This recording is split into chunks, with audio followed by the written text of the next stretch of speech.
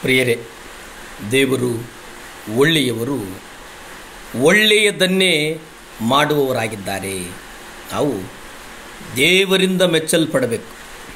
ಯುದ್ಧಕ್ಕೆ ಹೋಗುವಾಗ ಸೈನಿಕನು ಈ ಲೋಕದ ಪ್ರತಿದಿನದ ವ್ಯವಹಾರದಲ್ಲಿ ಸಿಕ್ಕಿಕೊಳ್ಳದೆ ತನ್ನನ್ನು ಸೈನ್ಯದಲ್ಲಿನೇ ಅವನು ಸೇರಿಸಿಕೊಳ್ಳುತ್ತಾನೆ. ಪೌಲ ತಿಮೋತಿನಿಗೆ ಎಚ್ಚರಿಸ್ತಾನೆ. ಎಷ್ಟು ಚಂದ ಆ ಎಚ್ಚರಿಕೆ ಇದೆ ಅಂತಂದರೆ, 2 ತಿಮೋತಿ 2ನೇ ಅಧ್ಯಾಯ 4 ನೀವು ಓದುವುದಾದರೆ, ಯುದ್ಧಕ್ಕೆ ಹೋಗ್ತೀಯಾ, ಆದರೆ ಜೀವನದ ವ್ಯವಹಾರಗಳಲ್ಲಿ ಸಿಕ್ಕಿಕೊಳ್ಳಬೇಡ ತನ್ನನ್ನು, ಯಾಕಂದರೆ ನಿನ್ನನ್ನು ದೇವರು ಸೈನಿಕನನ್ನಾಗಿ ಆರಿಸಿಕೊಂಡಿದ್ದಾರೆ ಎಂಬುದಾಗಿ ನಾವು ಅಲ್ಲಿ ನೋಡುತ್ತೇವೆ. ಇಲ್ಲಿ ಹೇಗೆ ರಕ್ಷಣೆ ಹೊಂದಬೇಕೆಂಬುದನ್ನು ಪೌಲನು ತಿಮೋತಿನಿಗೆ ಹೇಳ್ತಾ ಇಲ್ಲ ಅನ್ನುವಂಥದ್ದನ್ನು ನಾವು ಇಲ್ಲಿ ಗಮನಿಸಬೇಕಾಗ್ತದೆ. ಬದಲಿಗೆ ಒಂದು ಎಚ್ಚರಿಕೆ ಏನಪ್ಪ ಅಂತಂದರೆ, ನೀನು ಕ್ರಿಸ್ತನಲ್ಲಿ ಫಲದಾಯಕವಾಗಬೇಕಾದರೆ, ಫಲಪ್ರದಾಯಕನಾಗಬೇಕಾದರೆ, ಅಂದರೆ ಕ್ರಿಸ್ತನಲ್ಲಿ ನೀನು ನಡೆಯಬೇಕಾದರೆ ಹೇಗೆ ಅನ್ನುವುದರ ಕುರಿತು ಅವರು ಅಲ್ಲಿ ಎಚ್ಚರಿಸುತ್ತಿದ್ದಾರೆ. ಪ್ರಿಯರೇ, ದೇವರ ದೃಷ್ಟಿಗೆ ಯೋಗ್ಯವಾಗಿ ಕಾಣಿಸಿಕೊಳ್ಳುವ ಹಾಗೆ ನೀನು ಪ್ರಯಾಸಪಡು ಎಂಬುದಾಗಿ ಪೌಲನು 2 ತಿಮೋತಿ 5ನೇ ಅಧ್ಯಾಯ 15ರಲ್ಲಿ ಹೇಳ್ತಾನೆ. ಪ್ರಿಯರೇ, ತಿಮೋತಿ ಆಗಾಗಲೇ ದೇವರಿಂದ ಅಂಗೀಕರಿಸಲ್ಪಟ್ಟವನಾಗಿದ್ದ.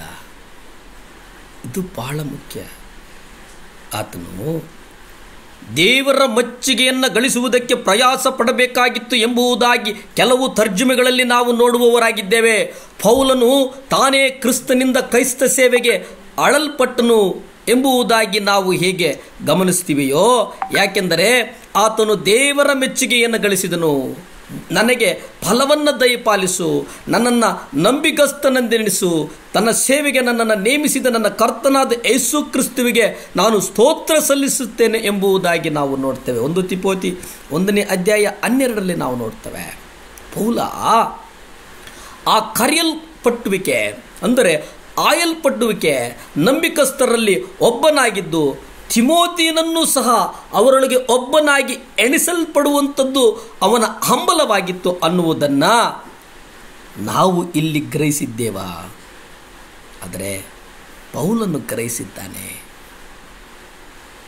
ಹಾಗಾದರೆ ನಾವು ಸಹ ಪರೀಕ್ಷಿಸಲ್ಪಡುತ್ತಿದ್ದೇವೆ. ಇದು ಬಹಳ ಮುಖ್ಯ. ದೇವರು ಯಾರನ್ನೇ ಪರೀಕ್ಷಿಸುವ ಮೊದಲು ತನ್ನನ್ನು ಅವರಿಗೆ ಒಪ್ಪಿಸಿಕೊಳ್ಳೋದಿಲ್ಲ. ದೇವರ ವಾಕ್ಯದಲ್ಲಿ ಅನೇಕ ಜನರ ಪರೀಕ್ಷೆಯ ವಿವರಗಳನ್ನು ಬರೆಯಲ್ಪಟ್ಟಿವೆ. ಅವುಗಳಲ್ಲಿ ಕೆಲವರು ಪರೀಕ್ಷೆಯಲ್ಲಿ ದೇವರ ಮೆಚ್ಚುಗೆ ಗಳಿಸಿದರು, ಕೆಲವರು ನಿರಾಕರಿಸಲ್ಪಟ್ಟರು. ಇಂಥ ಉದಾಹರಣೆಗಳು ನಮಗೆ ನೂರಾರು ಸಿಗ್ತವೆ.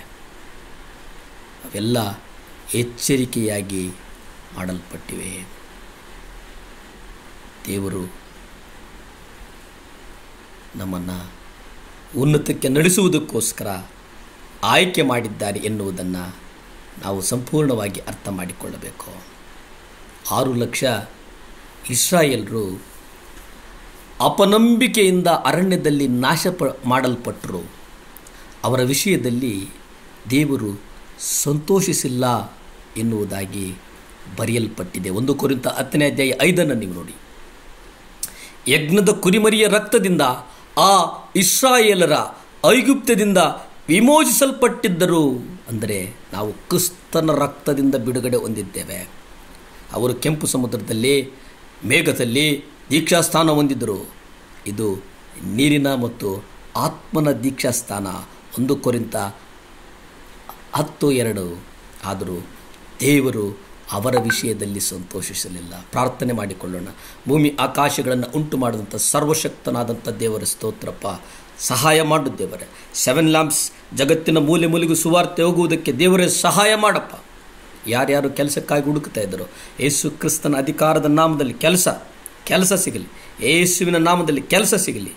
ಯೇಸುವಿನ ನಾಮದಲ್ಲಿ ಕೆಲಸ ಸಿಗಲಿ. ಸ್ವಾಮಿ ಆಶೀರ್ವದಿಸು, ಬಲಪಡಿಸು, ಸ್ಥಿರಪಡಿಸು. ಸ್ತುತಿ ಘನ ಮಾನ ಮಹಿಮೆ ನಿಮ್ಮೊಬ್ಬರಿಗೇ ಸಲ್ಲಿ ತಂದೆ. ಆಮೇನ್, ಆಮೇನ್, ಆಮೇನ್.